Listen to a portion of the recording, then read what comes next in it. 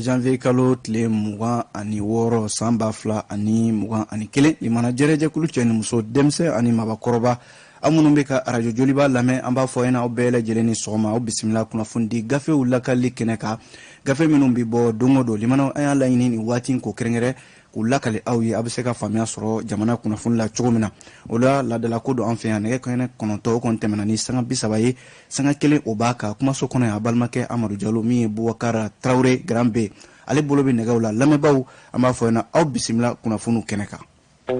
Joliba FM bi kunnafoni gafew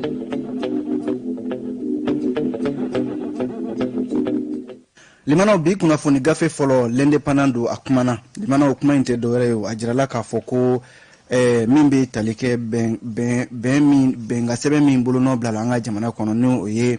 accord pour la paix et la réconciliation ye limanaw n'a ko bɛɛ daminɛna Algérikaw fɛ yen ka na ko kuncɛ Mali kɔnɔ Bamako yan nɔ n'o ye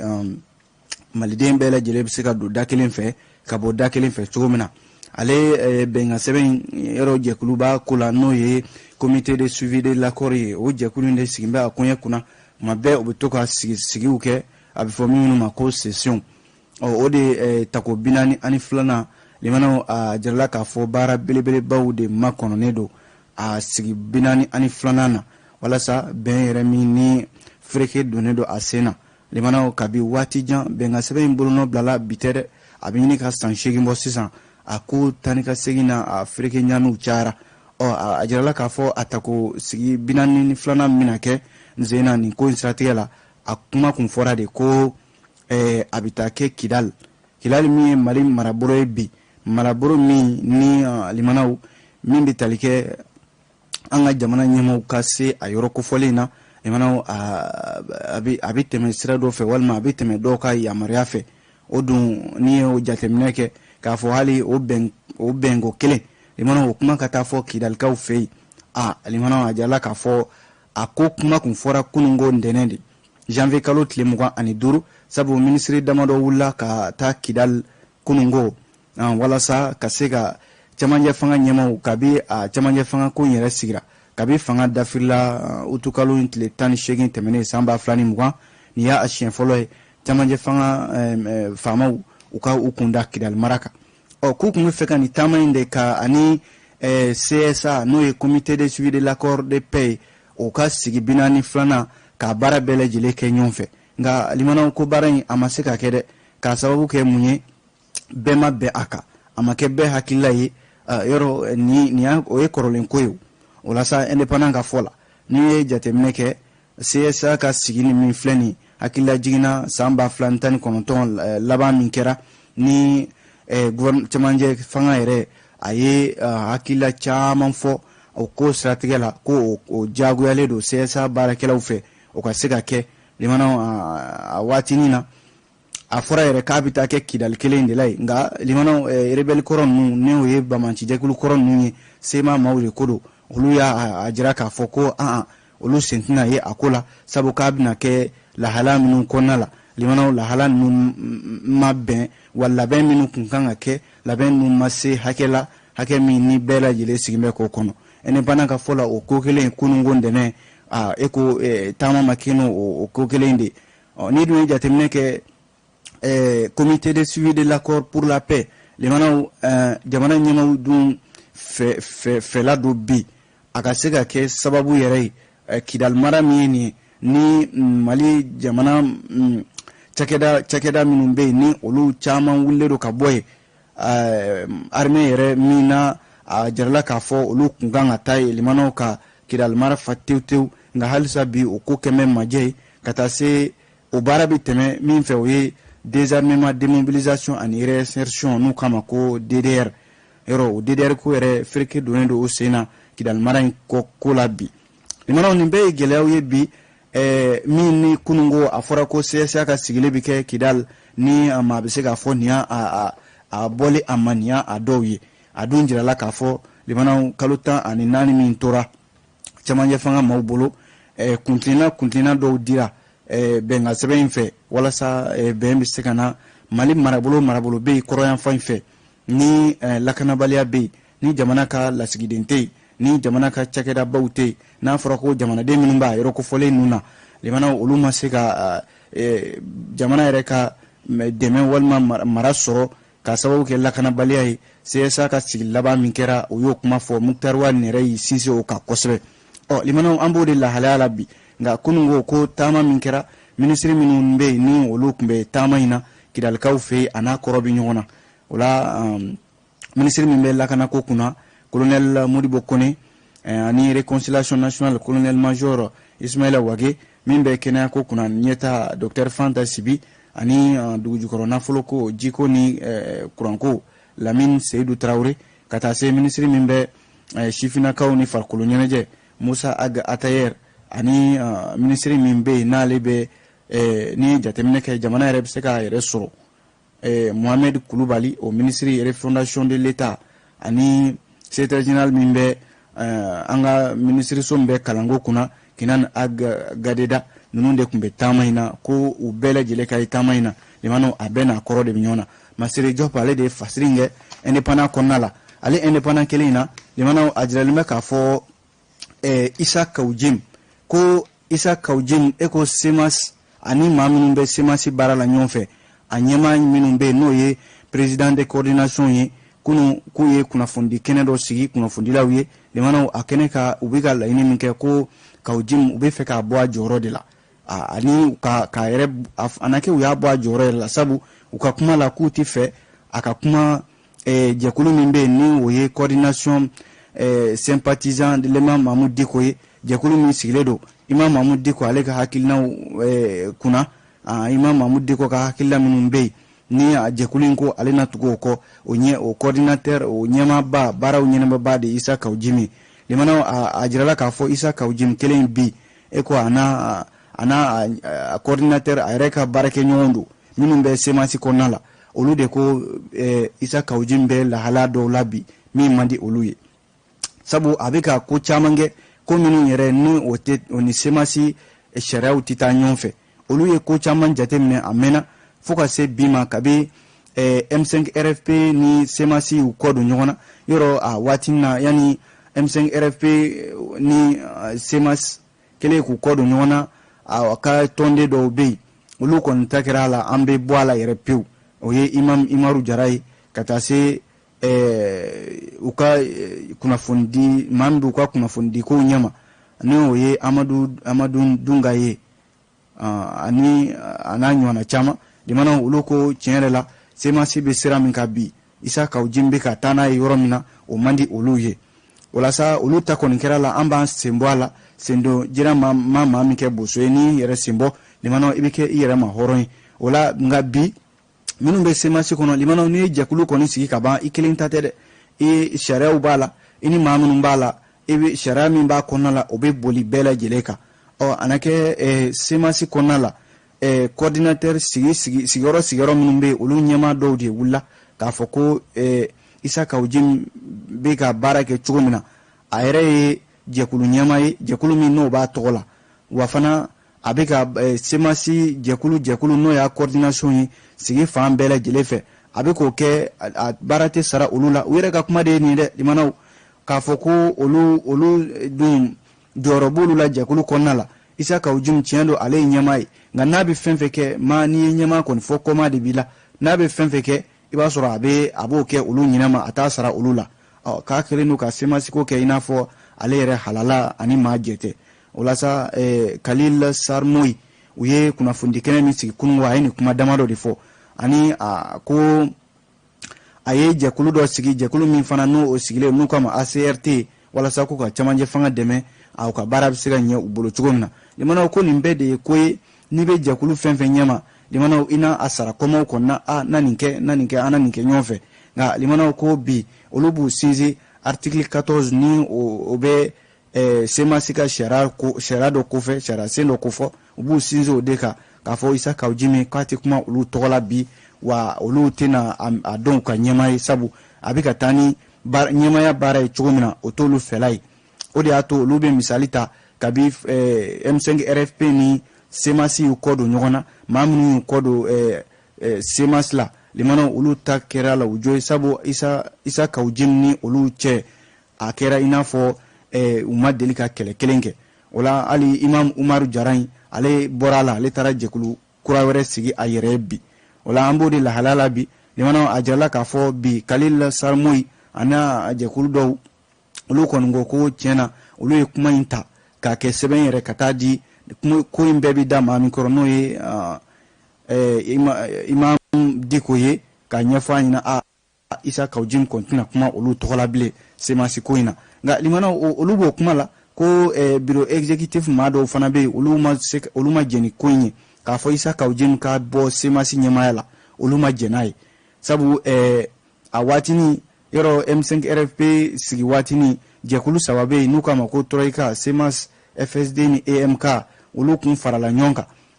Hali n'a sɔrɔla olu farala ɲɔgɔn kan dɔw bɛ yen bi u ni semasi hakilila bɛ ɲɔgɔn fɛ dɛ. An farala nka n'an hakilila tɛ kelen o fana o tɛ kelen ye. O la ko bureau exécutif national min bɛ semasi tɔgɔ la olu ye bataki kɛ k'a fɔ ko olu ye kuma in mɛn réseaux sociaux de sanfɛ ko Isa Kawujim n'olu ka ɲɛmaa ye k'a bɔra k'olu tɛ fɛ ka olu ma lakodɔn bilen semasi tɔgɔ la ɲɛmaaya la bilen. Limana u yɛrɛ dun kɔngɔmalen don ka jɛrɛ belebeleba boloda don nataw la janvier kalo yɛrɛ kɔnɔna la walasa ka se ka ko in ka sɛmɛndiya k'u t'i fɛ ka Isa Kawujim a bɛ bɛn janvier kalo tile 25 o ma tɛmɛ o kun ye kunun de sa kɛ. A jirala k'a fɔ limanaw ni bureau exécutif min filɛ nin olu kɔni y'a jira k'a fɔ ko in a fɔra de nka olu y'a mɛn réseaux sociaux kan k'a fɔ de ko tiɲɛ yɛrɛ don o n'olu ka hakilila tɛ kelen. Kuma in ne dɛ limanaw an ye nin bɔ indépendant kɔnɔ aw bonya bi kunnafoni la.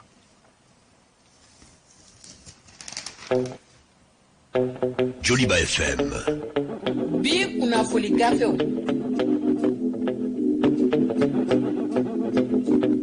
Kunnafoni de sɛbɛn bɛ ni o ye Nouvelle Horizon ye ale kumana limanaw a jiralen bɛ k'a fɔ bi min ye tarata ye cɛmancɛ fanga ɲɛmaa ni o ye son excellence Bandaw limanaw ko a welela Faransi jamanakuntigi fɛ ni o ye Emmanuel Macron ye ni jateminɛ kɛ ni kuma yɛrɛ yera présidence u ka bɔlɔlɔw de sanfɛ bataki dɔ kɔnɔ bataki min n'a ma janya o la sa a yɛlɛla k'a fɔ cɛmancɛ fanga ɲɛmaa ni o ye Bandaw ye ko bi a kan ka taa Faransikaw fɛ yen taama in bɛ don baara ɲɔgɔnya de hukumu kɔnɔna la. A yɛlɛla k'a fɔ janvier kalo tile 26 o tɛ bi ye san 2021 Bandaw a welela Emmanuel Macron fɛ ni o ye Faransi jamanakuntigi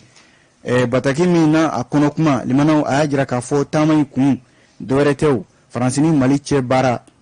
ani jɛrɛba dɔ bolodalen don Chadi Njaminakaw fɛ yen nɔ min bɛ tali kɛ G5 Sahel o ko la a Faransi ale ka toli la Sahel jamana ninnu kɔnɔna la.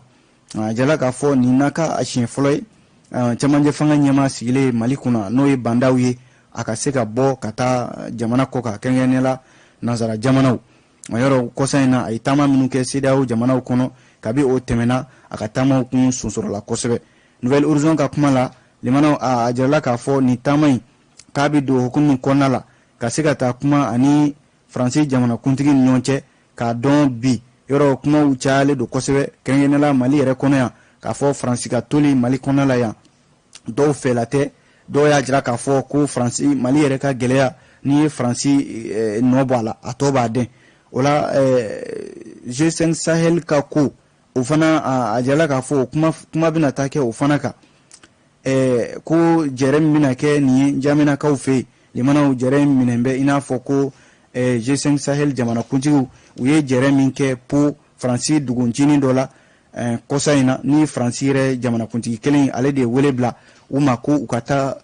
u ka dantigɛli kɛ k'a fɔ Faransi b'u ka jamanaw la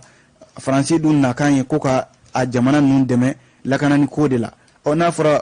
aw ka jamanadenw bɛ wuli ka kuma fasugu bɛɛ fɔ anw ka jamana ma anw dun nakan ye aw dɛmɛni walasa banbatimaw bɛ se ka kɛlɛ a ye na a k'a ɲɛfɔ anw ka toli a ka jamana kɔnɔ aw fɛla don wa aw fɛla tɛ yɔrɔ o kun ye jɛrɛ laban ye a na kɛ hali nin jɛrɛ kelen min kɛtɔ filɛ nin ye n'o bolodalen don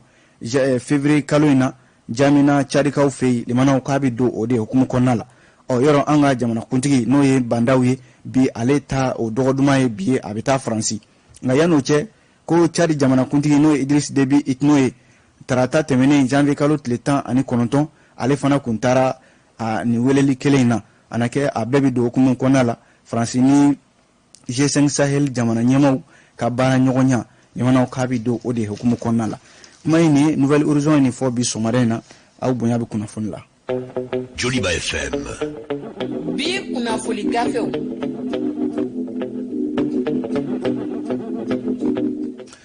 kunnafoni nasira la min bi tali kɛ les échos wele ale kumana limanaw a jiralen bɛ k'a fɔ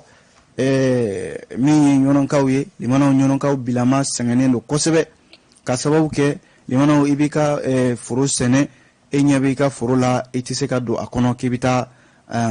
foro sɛnɛnen bannen a selen yɛrɛ a jama yɔrɔ ma bamancimaw kɛlen don ka don maaw n'u ka forow cɛ limanaw ko nka baara in a gɛlɛyara armée de filɛ ka wuli k'i jɔ o ko min ma ko opération Maliko théâtre centre secteur 5 limanaw nin ye baara belebeleba ye min n'an ka finitigilakaw ye a boloda ɲɔnɔ mara kɔnɔna la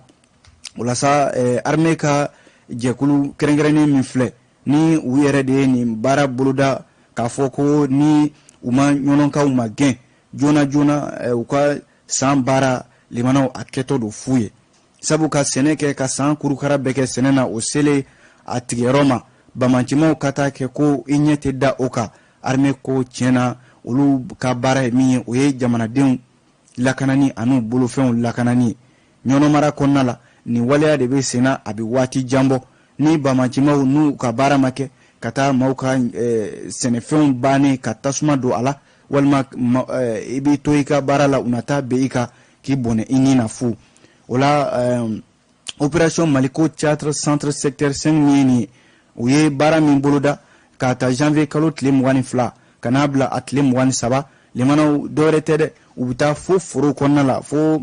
sɛnɛkɛlaw kɛrɛfɛ i berilen i b'i ka foro kɔnɔ min ye an ka lakanabaw ye olu jɔlen don i kɛrɛfɛ n'i y'a mɛn ko bamancima nana bin kan o y'a sɔrɔ i yɛrɛ lakanabaa tɛ yen o de y'a to faamaw u ye nin baara min kɛ ɲɔnɔmara kɔnɔna la commandant Michel Kamate ale ka yamaruya kɔnɔna la min bɛ tali kɛ Tuba Kuna kaw 6 dɔgɔfiri ani N8 kurani ɲɔnɔ ani ɲɔnɔ yɛrɛ cɛ kilomètre 15 limanaw nin baara ɲuman min ye nin ye ni dugudenw y'a fo kosɛbɛ sabu u ko olu yɛrɛ olu y'a ye de ɲina u ye sɛnɛ min kɛ limanaw ni olu ma magɛn lakanabaw fɛ limanaw a ko bɛ ɲini ka kɛ baara ye walasa baara min ye nin ye k'a kɛra sababu ye ka fiɲɛ bɔda belebeleba de di an ka sɛnɛkɛlaw ma minnu bɛ ɲɔnɔmara in kɔnɔna la limanaw a bɛ maa hakili jigin mun na an ka cɛmancɛ fanga maaw ko k'a dɔn k'a fɔ u nakan limanaw o ye jamanadenw olu fana lakanani ye bi hali n'a ma ɲɛ ɲɔnɔmara nin yɔrɔ kelen olu o lakanana nka nin waleya in n'a sera ka kɛ ɲɔnɔ fantan naani bɛɛ lajɛlen fɛ maaw ka se k'u ka sɛnɛfɛnw sɔrɔ hɛrɛ la k'a sɔrɔ a ma kɛ ni bamancimaw ka walejugu ye o fana o bɛ sɔn ka fo dɛ kuma in nin dɛ an ye nin bɔ les échos welewele kɔnɔ bi sɔgɔmada in na aw bonya bɛ kunnafoni la Joliba FM bi kunnafoni gafew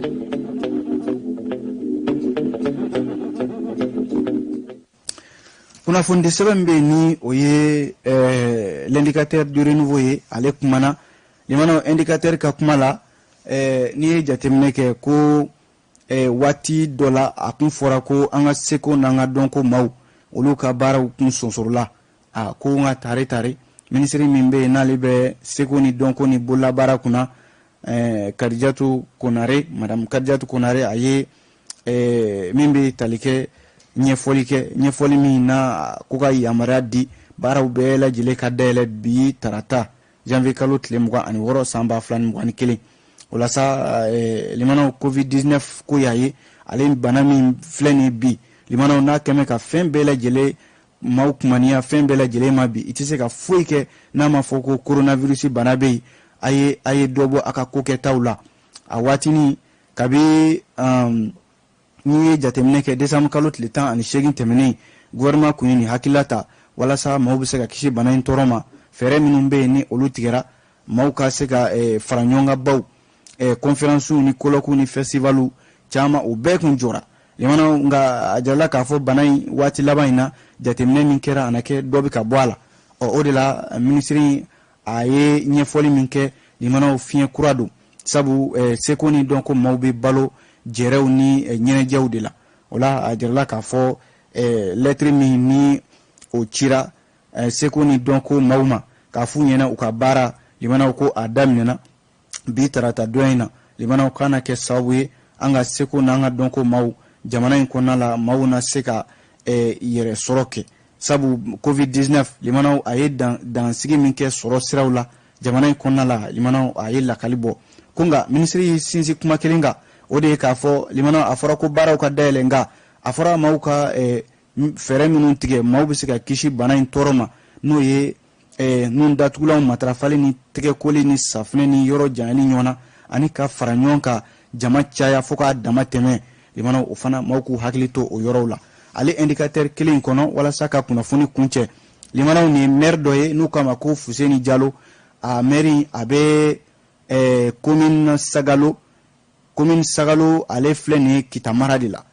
n'i ye jateminɛ kɛ Kita n'a fɔ Keɲeba mara la sa kɛ n'i ye jateminɛ kɛ limanaw kabini maire a sigira san 2017 politiki tɔn tɔgɔ la n'o ye Sinidi faso yiriwatɔ ye bi ko maire ni a ka conseil 11 bɛ bi tiɲɛna u tɛ ka ɲɔgɔn kan fɔ ka sababu kɛ mun ye limanaw maire k'a fɔ de ko tanamako yera fan fɛ o tɛ dɛ maire n'i y'a ka baaraw yɛrɛ jateminɛ n'o ye Fuseni Jalo ye a ye baara min kɛ limanaw o de lakali bɔ wa o ye foli yɛrɛ bɔ sabu a bilala maire kɔrɔ min nɔ na a nana sɔrɔ juru min bɛ commune la a bɛ 19 bɔ a bɛɛ lajɛlen ye baarakɛlaw ka sara ye a nakan limanaw a y'o nafolo ɲini k'o di baarakɛlaw ma hali dɛmɛbaa minnu bɛ yen n'olu kan ka commune dɛmɛ a y'i bolo mana bɔ olu caman nɔfɛ sira dilan tɛ yen min n'a m'o kɛ kalanso jɔ tɛ yen n'a m'o kɛ hali u ka mairie yɛrɛ kɔnɔna la bureau caman bɛ yen u kun tiɲɛnen don a y'o bɛɛ lajɛlen dilan a baaraw ka ca da ma s'a bɛɛ lajɛlen ma ko nka nin maire ni a ka conseil 11 cɛ limanaw bi i n'a fɔ a ka premier adjoint Adama Kuyate o yɛrɛ bɛ Bamako yan Sadio Jalo deuxième adjoint o bɛ Kayi ani conseil 11 tɔw limanaw ninnu de ko an yɛrɛ de ɲɛ tɛ fɛ ka da Fuseni Jalo in kan min n'ale commune Sagalo maire ye bi ka sababu kɛ limanaw man di maa ye fura t'o la sabu maire dugudenw ni u yɛrɛ ɲininka olu ko kabini maire nana limanaw olu ka dugu a ye ɲɛda kura sɔrɔ maire ye baara min kɛ u ka dugu kɔnɔna la Sagalo commune kɔnɔ limanaw o ye fɔli bɔ nka conseil 11 u ma da u ma u ye maire ko u ye a ka ko yɛrɛ ta ka taa n'a ye hali Keɲeba o tribunal la nka u y'a ye k'a fɔ u ye jalaki min ta ka bin a ka kiiritigɛlaw ko jalaki foyi t'a nɔfɛ u ma da u ma ministre min bɛ maire ka koɲɛ kunna administration territoriale u y'a koɲɛ ta ka na o fana fɛ yen dɔwɛrɛ tɛ dɛ limanaw an tɛ fɛ ka karisa yɛrɛ de ye o waleya o de bɛ u ni nin maire cɛ kuma in e ko an tɛ kunnafoni bila nin kan yan Y Dunbiya l'indicateur du renouveau ka aw fo ka wale ɲuman dɔn a ka kunnafoni lamɛnni na Amadu Jalo kunnafoni lakali aw ye min ye Boubacar Traoré ale bolo bɛ nɛgɛ karafe la an bɛ ɲɔgɔn sɔrɔ sini Ala sɔnna gafe wɛrɛ lakalili kɛnɛ kan a kan bɛn